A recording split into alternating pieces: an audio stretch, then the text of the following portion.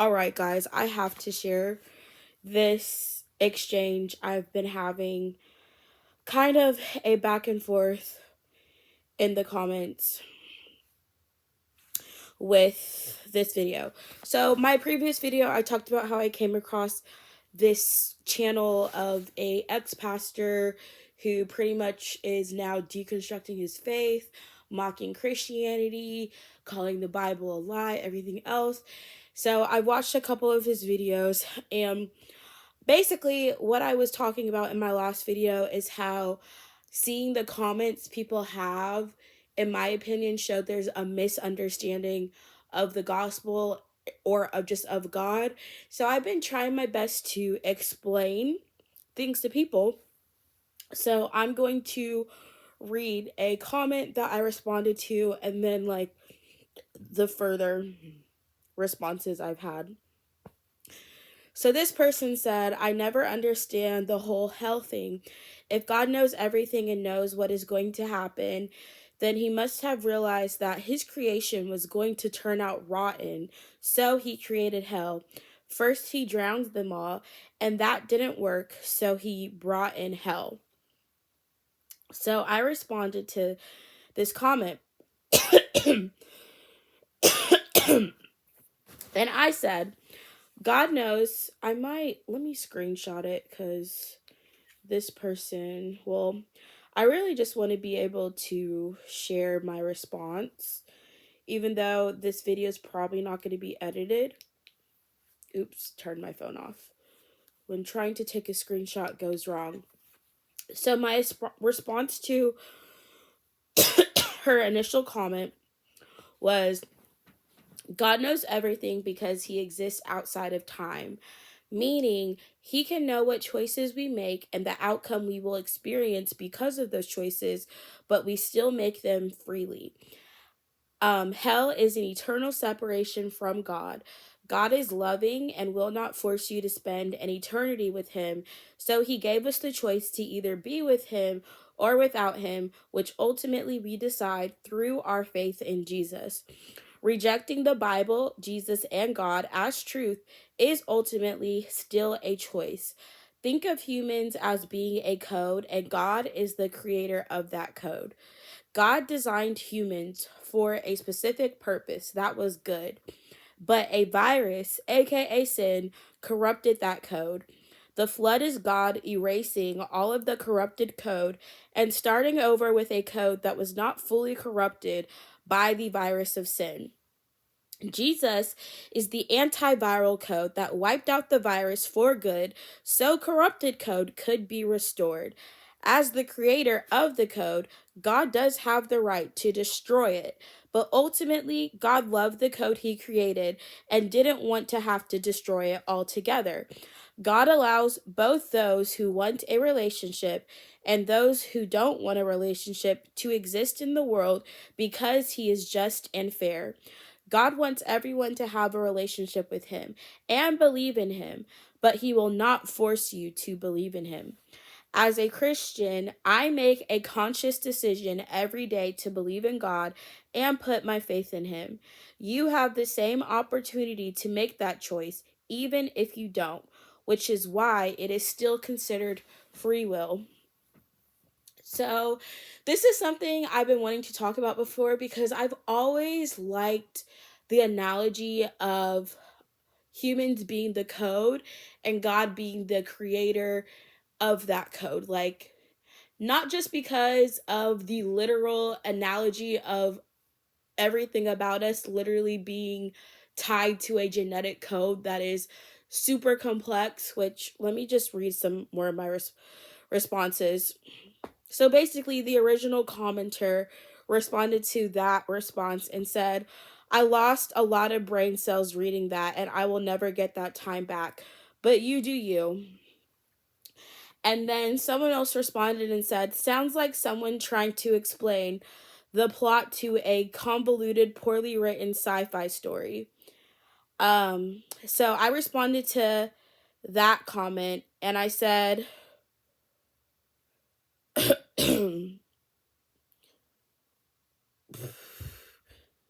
where is my thing?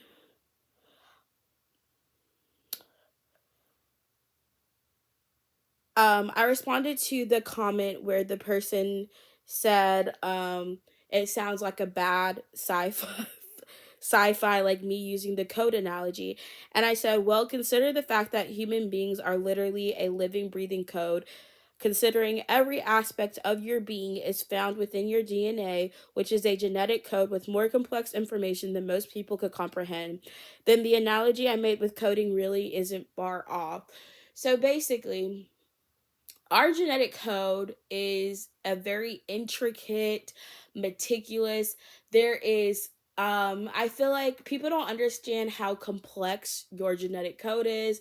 I feel like the scientific world has pretty much spent a lot of time trying to sequence the entirety of someone's genetic code, and all they're finding is it's more and more complex the more they try to sequence it, because we are a extremely complex being.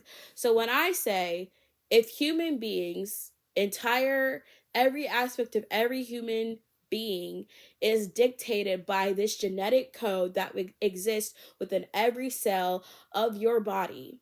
Every cell within your body contains this biological genetic code, that has the ability to create every aspect of every human being on the planet, basically.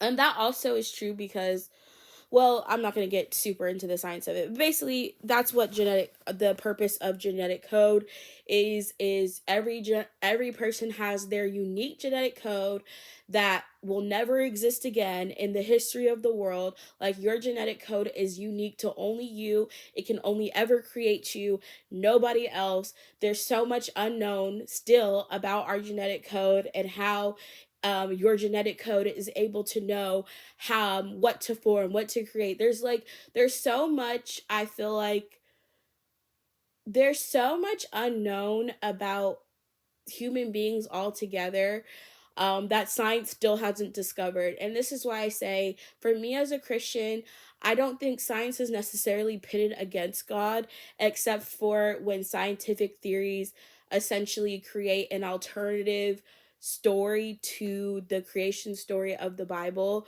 which is basically a way to create a reality that does not include God.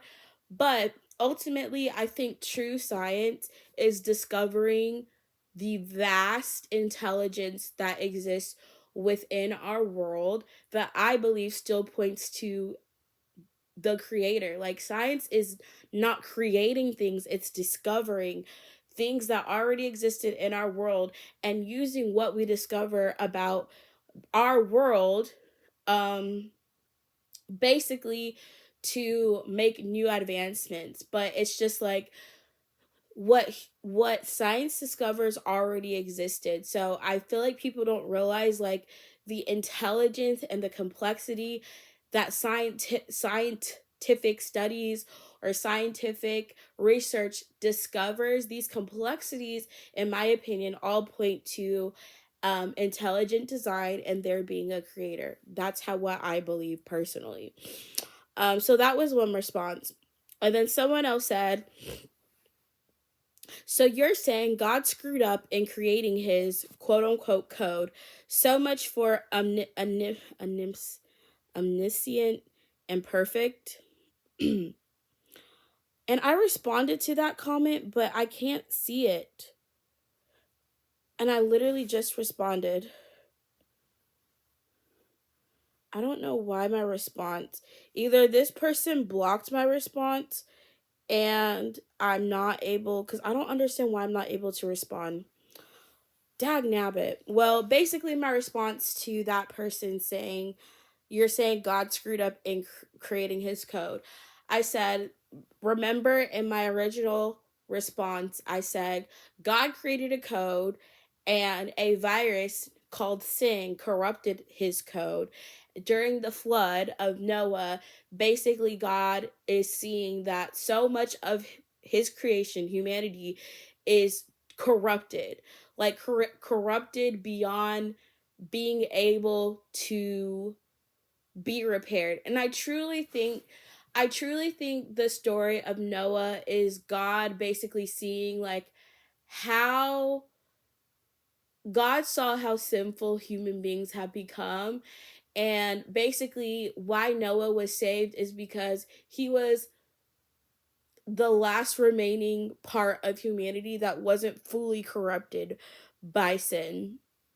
And so God flooded the earth, destroyed all of this corrupted code, saved the pieces of the code that were not fully corrupted by the virus of sin. Basically, it's like the humans were so corrupted, God did not see it feel like he had any choice but to destroy them. That is the story of the flood. Noah and the flood, or why God chose to flood the earth and start over with the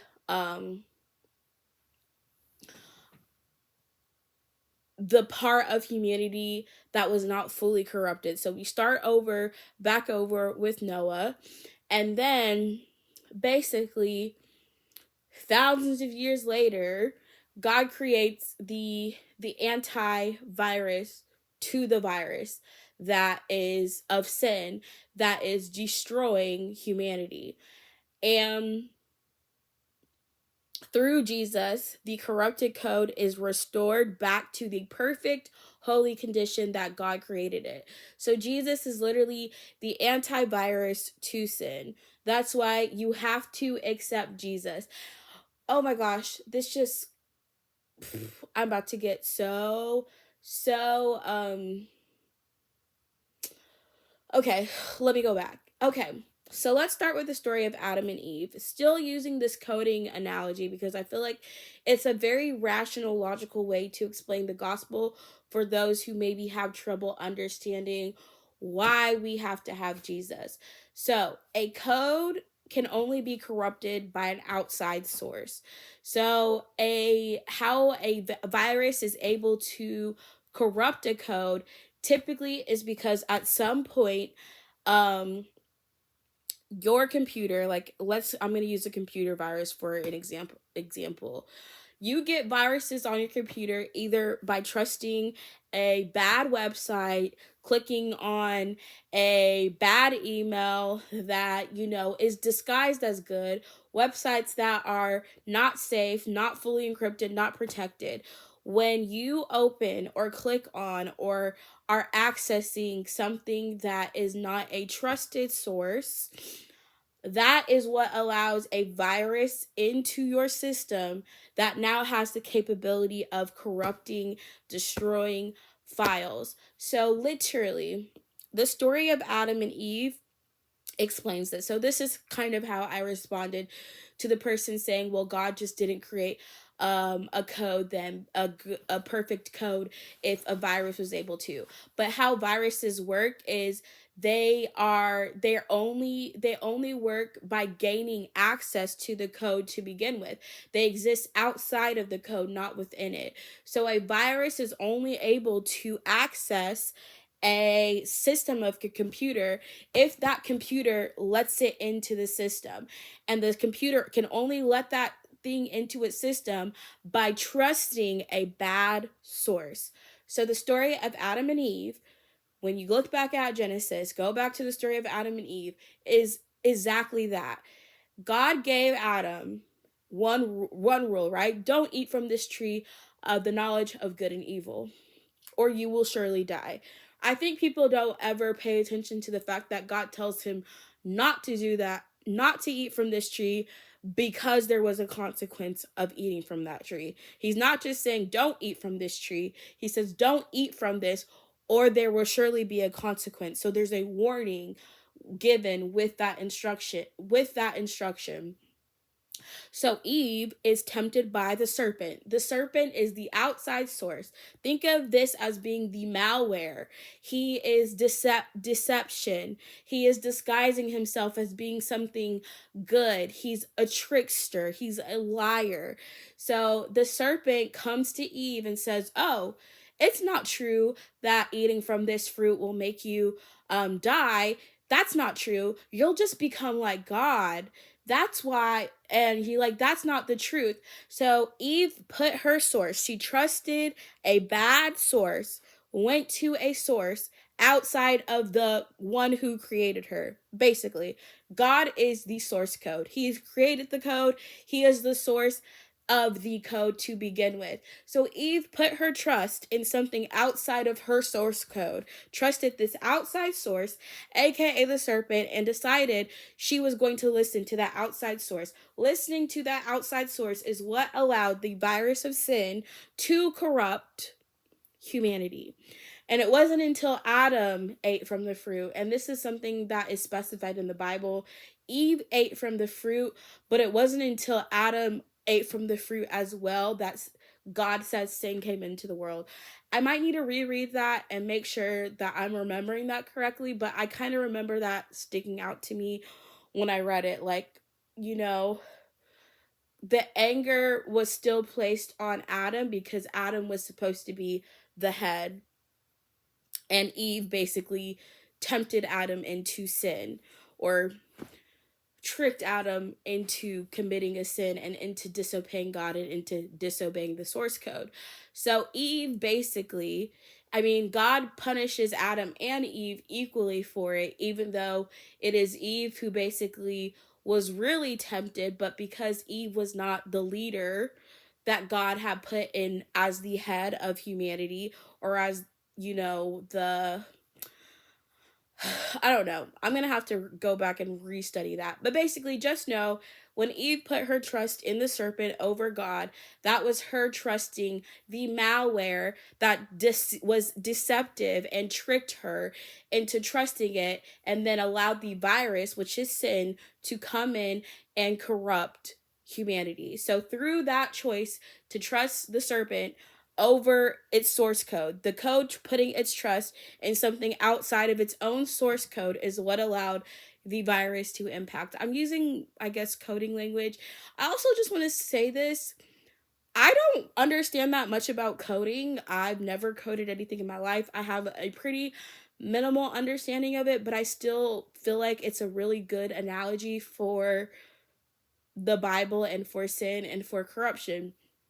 So basically, through that decision to trust the malware, sin came into the world, corrupted humanity, it kicks them out of the Garden of Eden, and so on and so forth, whatever.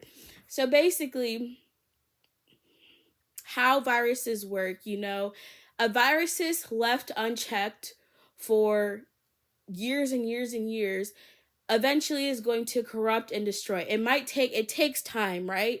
So the corruption that mistrust caused didn't happen necessarily immediately, but over time humans became more and more wicked, because viruses can grow slowly and then sometimes they grow rapidly.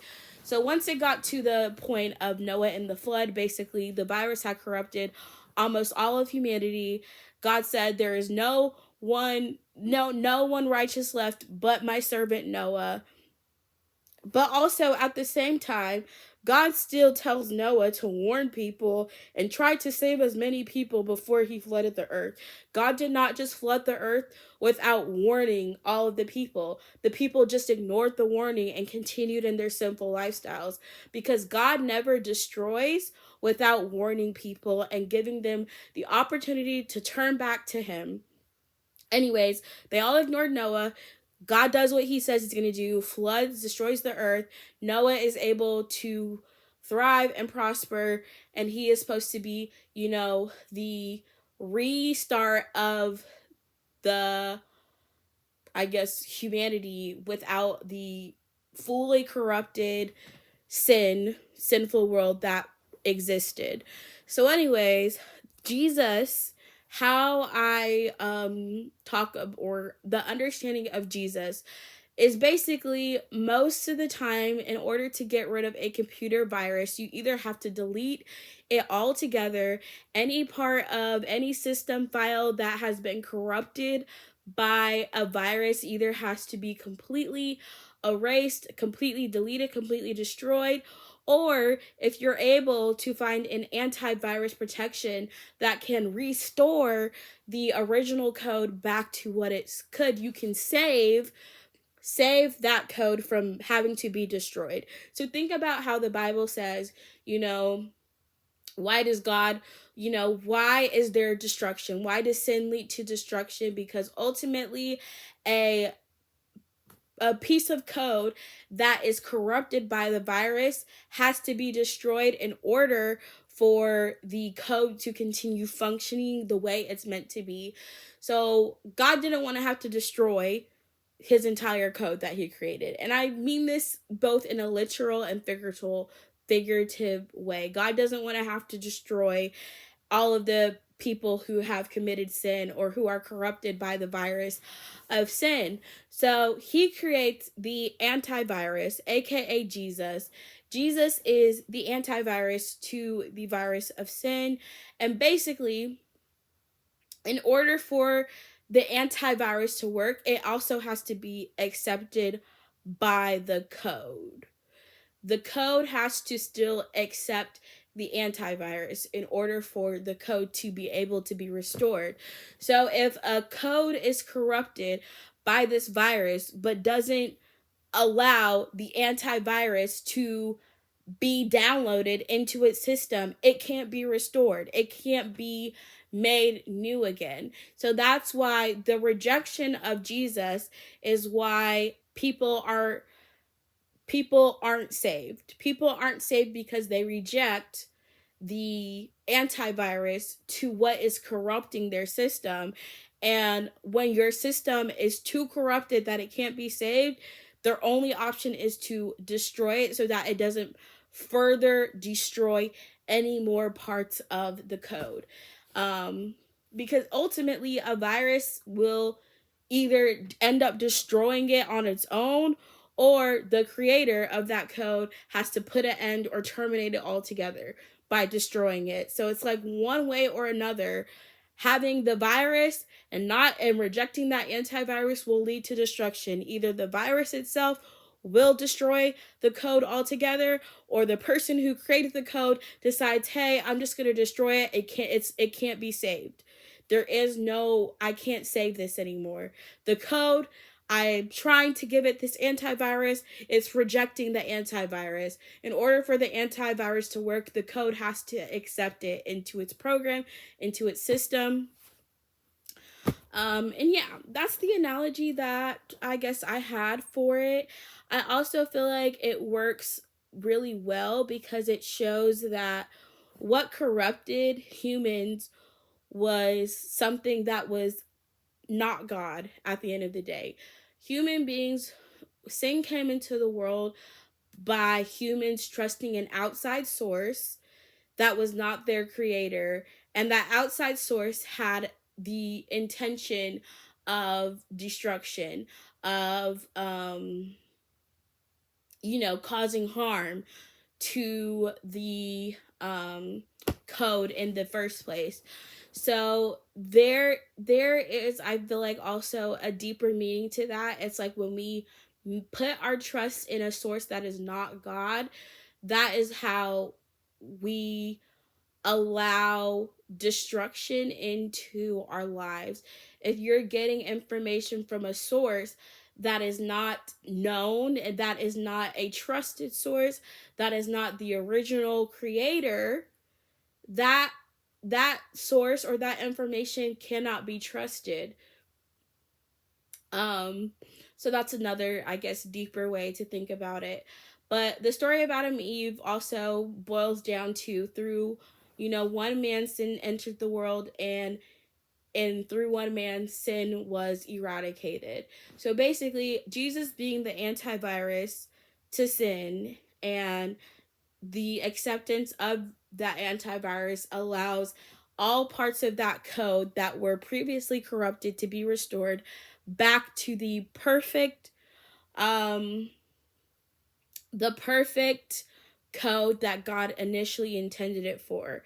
But in order for it to stay that way, they can't keep allowing sin, the virus of sin, into its life to continue corrupting it, right?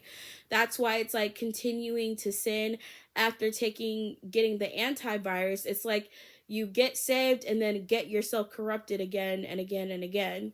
So yeah, that is the analogy I'm using.